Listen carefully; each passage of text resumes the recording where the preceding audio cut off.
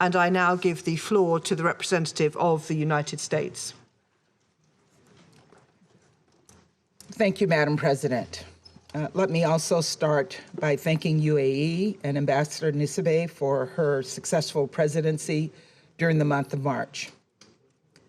Madam President, as you begin your Security Council presidency, I want to thank the United Kingdom for your leadership and for organizing this vital discussion on Ukraine today. I also want to thank the Secretary General for his remarks and the other briefers. And I'd like to extend a warm welcome to President Zelensky. I was so moved by the address he made recently to our Congress, and we are truly honored by his presence here under the circumstances that he and Ukraine face today. Madam President, last night I returned from a trip to Moldova and Romania. I saw with my own eyes the refugee crisis caused by Russia's unconscionable war. I spoke to refugees who indicated to me their desires to return to their home. And we've all seen the images on TV of the bombed out buildings. But what we have not seen is that behind those destroyed buildings are destroyed lives and destroyed families. I met with women and children who had fled Ukraine, who stuffed their lives into backpacks and left the only home they had ever known. And these were sobering conversations. One young woman I spoke to came with her 6-year-old brother who had autism and is struggling with cancer. Their single mother helped them escape to save their lives. But Russia's war has interrupted the care her brother desperately needs. Another woman I spoke to fled with her 8-year-old from Odessa. The father, who they'd left behind, told them there was shelling right next to their apartment that very night. And they very well could have died had they not left. A third woman I met told me that she used to love to travel, but never expected her next trip would be to flee for her life. When I asked her where she was from, she started to say, and then she stopped with tears in her eyes and said, "I'm sorry. I don't know how to say it, whether I live in Kyiv or whether I used to live in Kyiv." She was realizing in the moment just how dramatically her life had changed because of this senseless war. These are 3 stories of more than 10 million people, 6 million internally displaced, 4 million who have left Ukraine altogether, 4 million people who have relied on the big-heartedness of countries like Moldova, Romania, Poland, Slovakia, Hungary, and others across the region and the world to welcome and support all those leaving Ukraine in search of safety. Ukraine's neighbors are bearing the brunt of Europe's most significant refugee crisis since World War II. And I want these countries to know that they have a committed partner in the United States. And that is why the United States announced recently that we are prepared to provide more than $1 billion in new funding toward humanitarian assistance for those affected by Russia's war in Ukraine and its severe impact around the world. And it is why we are welcoming up to 100,000 Ukrainians and others fleeing Russia's aggression to the United States. We will continue to assist humanitarian efforts to help the people of Ukraine and all those fleeing Putin's violence.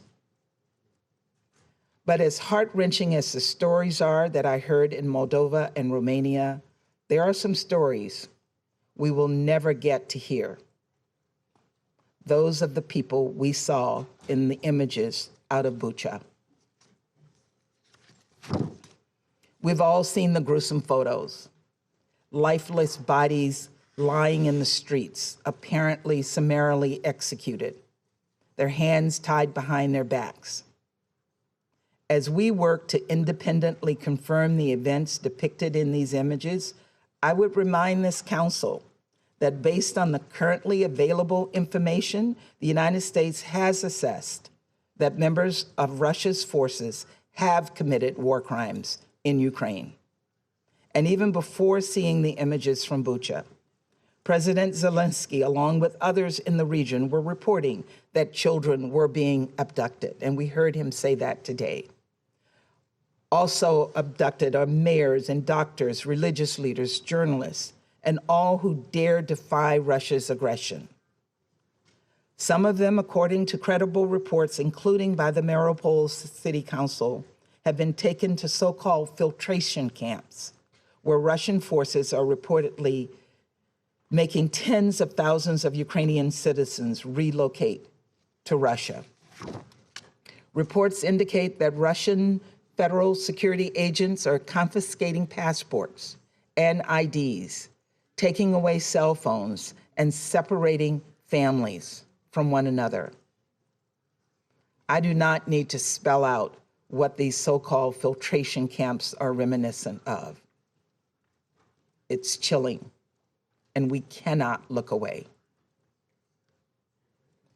Every day, we see more and more how little Russia respects human rights. And that is why I announced yesterday that the United States, in coordination with Ukraine and many other UN member states, will seek Russia's suspension from the UN Human Rights Council.